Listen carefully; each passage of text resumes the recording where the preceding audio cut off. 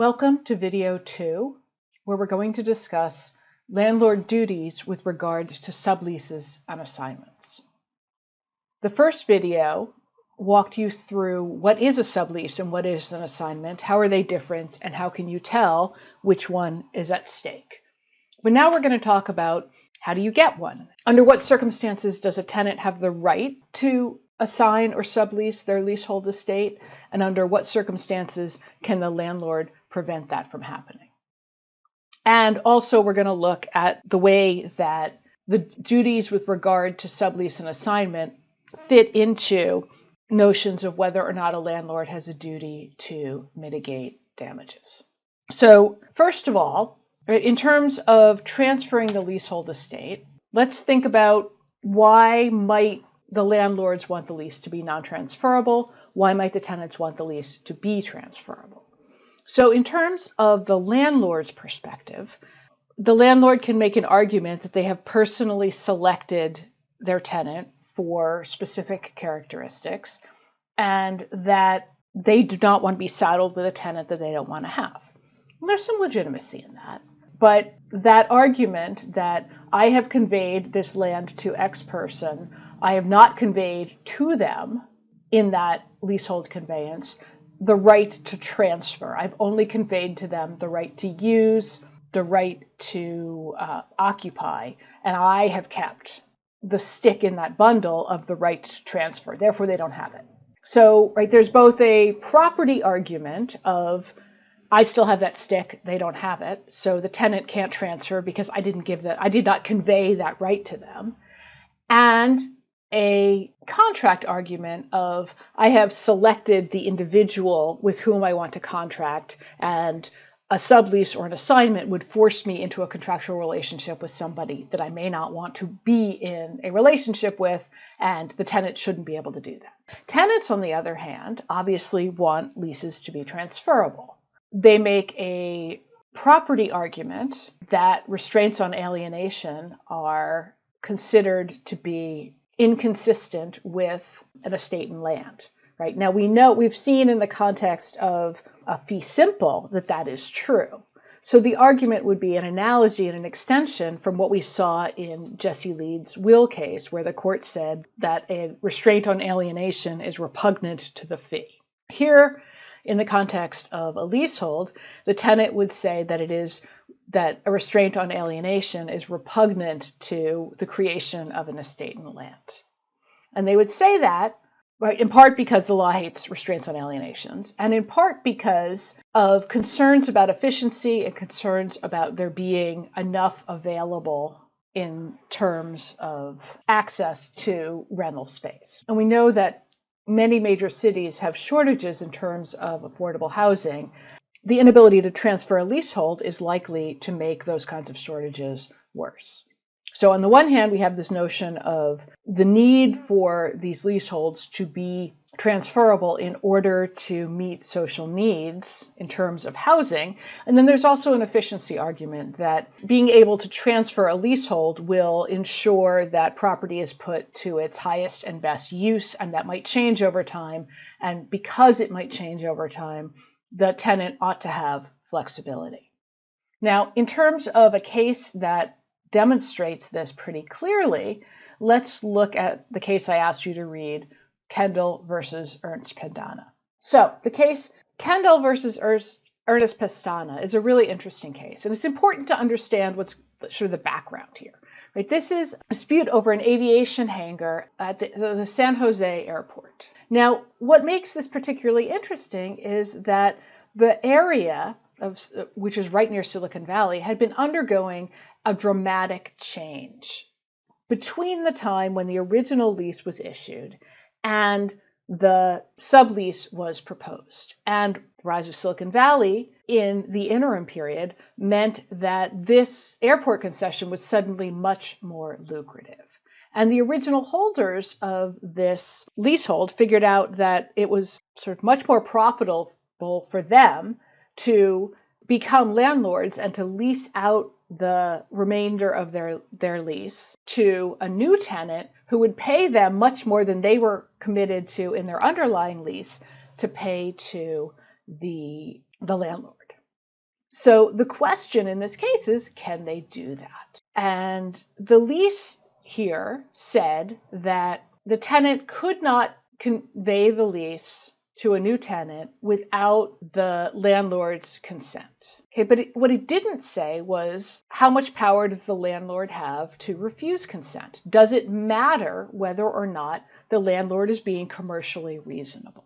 So the case comes up to the California Supreme Court on the grounds of whether or not a landlord may unreasonably withhold consent to a sublease or assignment of a commercial lease.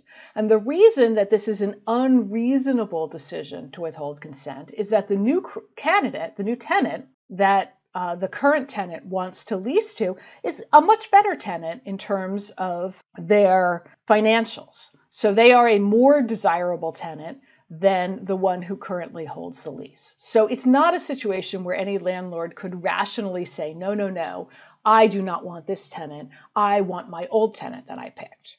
But what's really at issue here, the reason the landlord wants to be able to have unilateral jurisdiction to withhold consent, is that the leasehold has become much more valuable.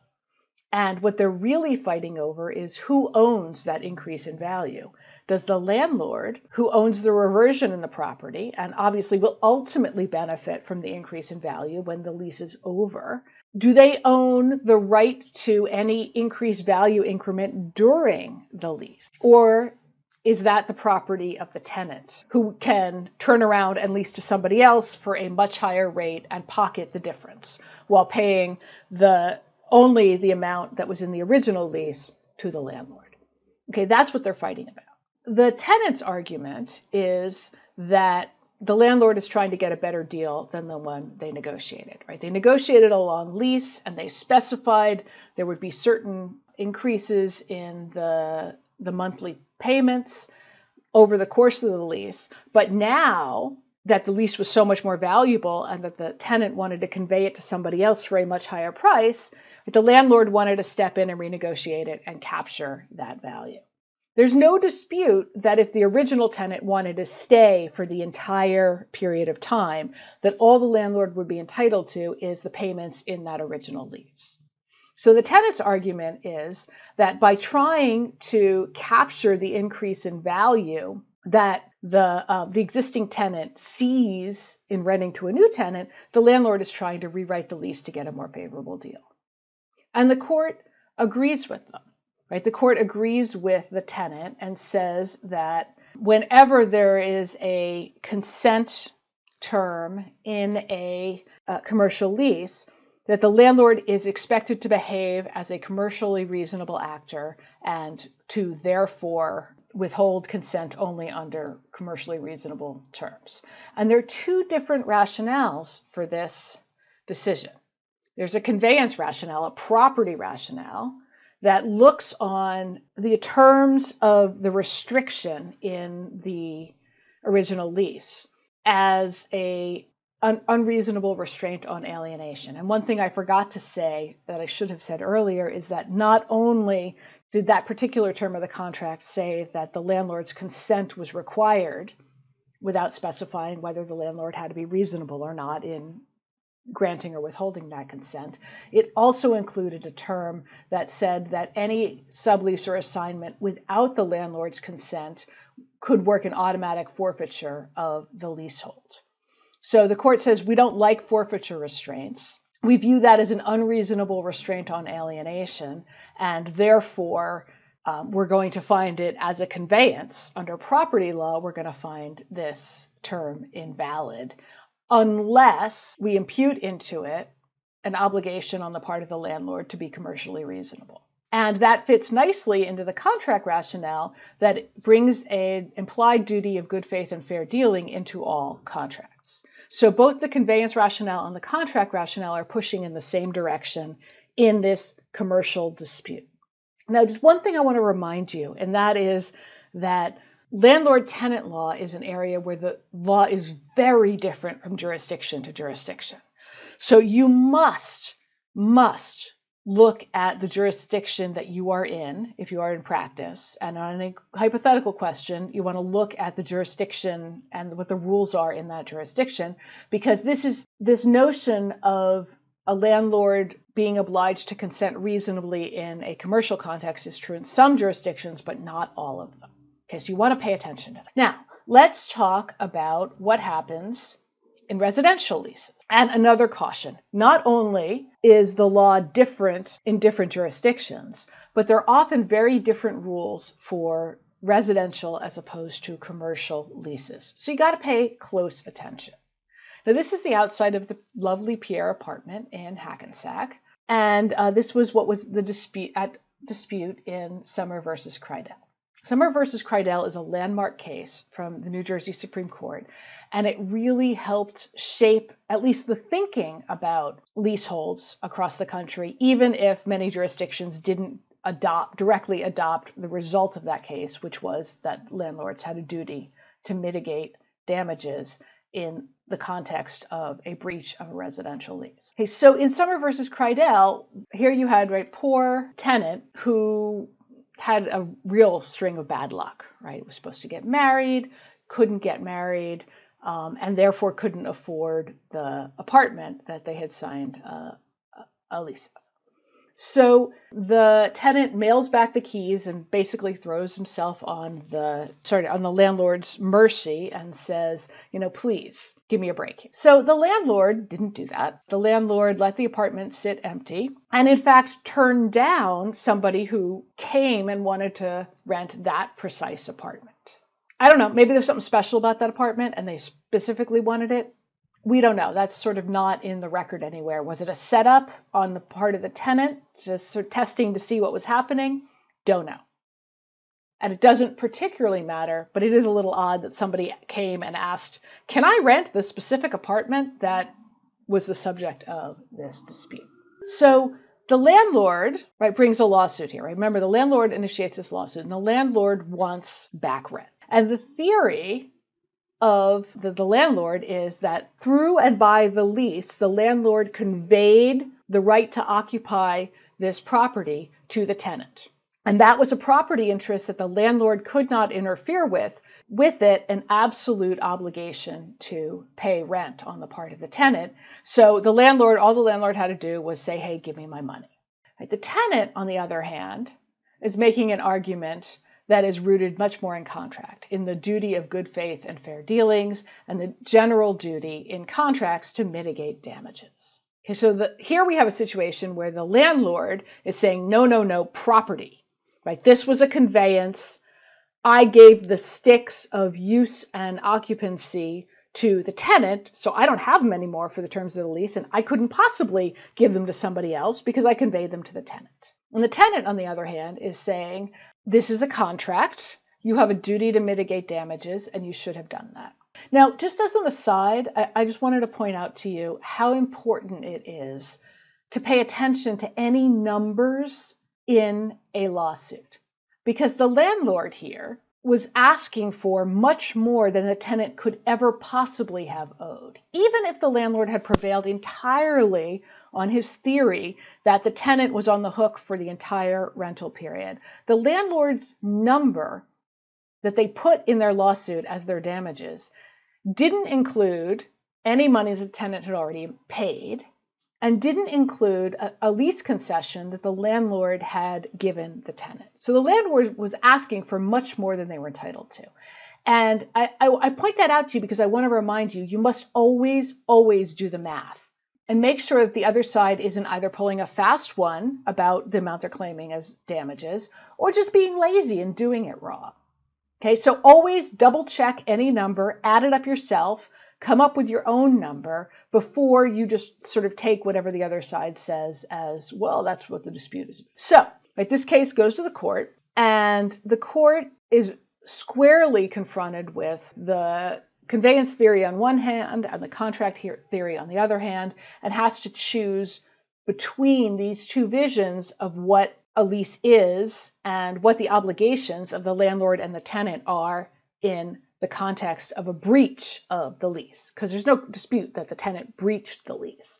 The only issue is what consequences flow from that. And pointing out that there's a housing shortage and that we don't want housing to sit vacant when it could be put back into circulation under circumstances like this, because overall we don't have enough housing, at least we don't have enough affordable quality housing, right? That was one piece of the court's reasoning.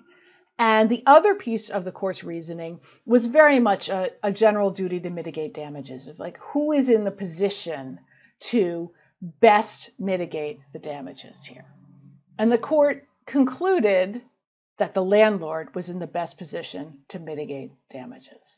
And they didn't say, I just want to emphasize, they didn't say that the landlord had to let tenants out of their lease. But they did say that when a tenant breaches their lease and abandons the premises, what the landlord has to do in terms of fulfilling their duty to mitigate damages is they have to treat the apartment as if it were one of their vacant stock. So if they have 6 vacant apartments and somebody comes and asks to see an apartment, they have to put that disputed apartment in the mix of the ones they're showing to tenants. Now, why might a landlord not want to do that? There are a couple of reasons. I mean, first of all, it's extra work. And then second of all, right, from the landlord's perspective, they've already rented that apartment. So if they have a new tenant who comes in, they want that new tenant to take a different apartment, because then they'll have 2 apartments rented. The one to the tenant who's abandoned, who they're going to look to for damages, and the one to the new person who just came in. If, on the other hand, the new person comes in and rents the apartment that their prior tenant has abandoned, but the landlord still only has 1 apartment rented instead of 2. So it's less lucrative for the landlord. But the court says that burden on the landlord is outweighed by the public policy concerns. And this was a landmark case. It was a really important case, and it sort of sent shockwaves through landlord-tenant law. It is not, however, the law in New York. I wanted to show you, we're not going to talk about these cases, I didn't ask you to read them, but in both the commercial lease context and the residential lease context in New York, there is no duty on a landlord to mitigate damages. So Summer versus Crydell is not the law in New York. We'll look at what the law is in New York. And the reason I'm emphasizing this is Summer versus Crydell was a really important case, and it transformed how we think about landlord-tenant law. But that doesn't mean that you can just assume in whatever jurisdiction you are in that a landlord has a duty to mitigate damages. So we're going to look at what the landlord does have a duty to do here in New York. First of all, I want to refer you back to the generic lease that we looked at. And you can see here in provision number 22, there's a provision about what happens in abandonment. And if at any time during the term of this lease agreement, tenant abandons the premises, landlord may, at landlord's option, obtain possession of the premises without becoming liable to tenant for damages or any payment in any kind whatsoever. And landlord may, at landlord's discretion, act as the agent for the tenant to relet the premises. So rather than what Summers versus Crydell ruled was an obligation of the landlord, here in this generic lease in New York, it is not an obligation of the landlord. It's an election that the landlord can make if they want. Now, I just want to point out one more thing in this clause, and that is the last sentence. I just want you to notice, if the landlord's right of reentry is exercised, right? We've seen that language before. The landlord here has a right of reentry at the end of the leasehold estate. So this is what the generic contract says, right? The generic contract says landlord at their option may do what the court in Summer versus Crydell required landlords to do in New Jersey. But that's not the whole story, because the New York law has other protections for tenants. So let's look at what New York law does instead of imposing a landlord duty to mitigate. So New York law approaches this differently, and we're going to look at what New York law does here. New York law separates out assignments and subleases. With regard to assignments, New York by statute has said that a landlord does not have to consent to an assignment. A landlord can refuse for any reason or no reason to accept a new tenant as an assignee. Remember, again, for the entire estate. And an assignment creates a new privity of estate between the landlord and the new tenant.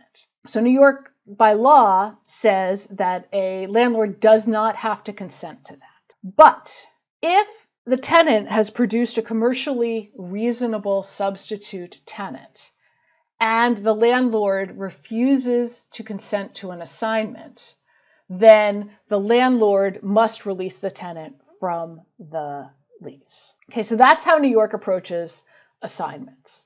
In terms of subleases, you can see it's subsection 2A here, and it only protects tenants who live in a dwelling having 4 or more residential units. So the same dwellings that are subject to the Fair Housing Act. New York, by statute, gives tenants a right to sublet because it says that the tenant shall have the right to sublease his premises subject to the written consent of the landlord, and such consent shall not be unreasonably withheld. So the landlord is forced to consent to commercially reasonable subleases in New York. And these provisions about assignment and sublease, right, these tenant protections, cannot be waived in the lease. So New York has approached this differently than New Jersey, right? Where New Jersey has said that the landlord has an obligation to mitigate damages if the tenant abandons. New York has said, no, the landlord doesn't have a duty to mitigate damages, but the landlord must consent to a commercially reasonable sublease.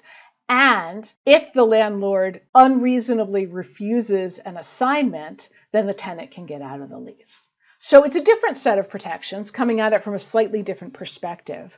And I just wanted to emphasize the difference between the two jurisdictions so you could see that there are a lot of different ways to solve this particular problem.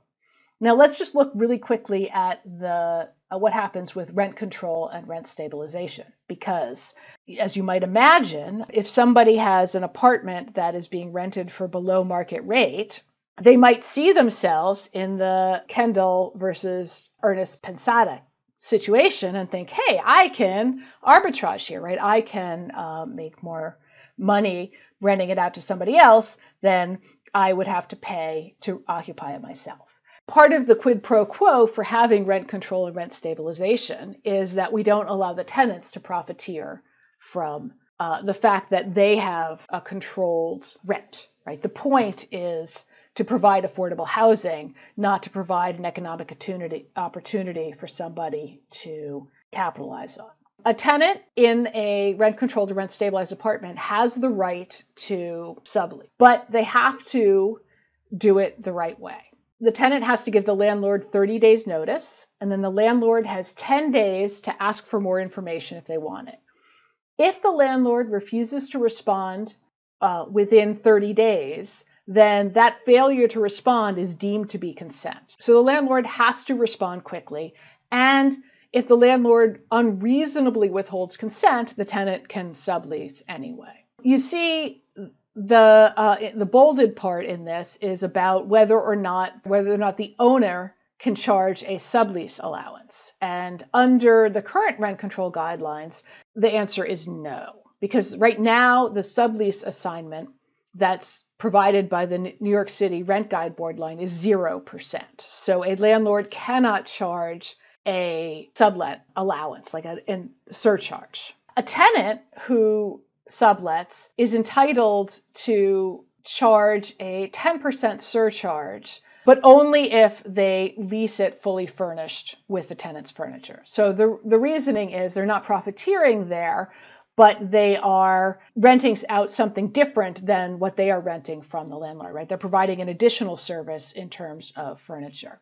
And the penalties for a tenant profiteering and renting out above the 10% rent surcharge if it's a furnished apartment, or any premium over the stabilization rate if it's a vacant apartment, is quite severe, right? 3 times the amount of the rent overcharge the tenant can be on the hook for. So that's pretty serious and is intended to be a deterrent to subleasing at profiteering rates. I think a key thing to take from this is the sense that you need to think about both the contract aspect and the property aspects, the conveyance aspects, and think about how those arguments fit back and forth in any particular context, and also pay attention very carefully to what jurisdiction you are in and what the precise rule is in that jurisdiction, because they are very different.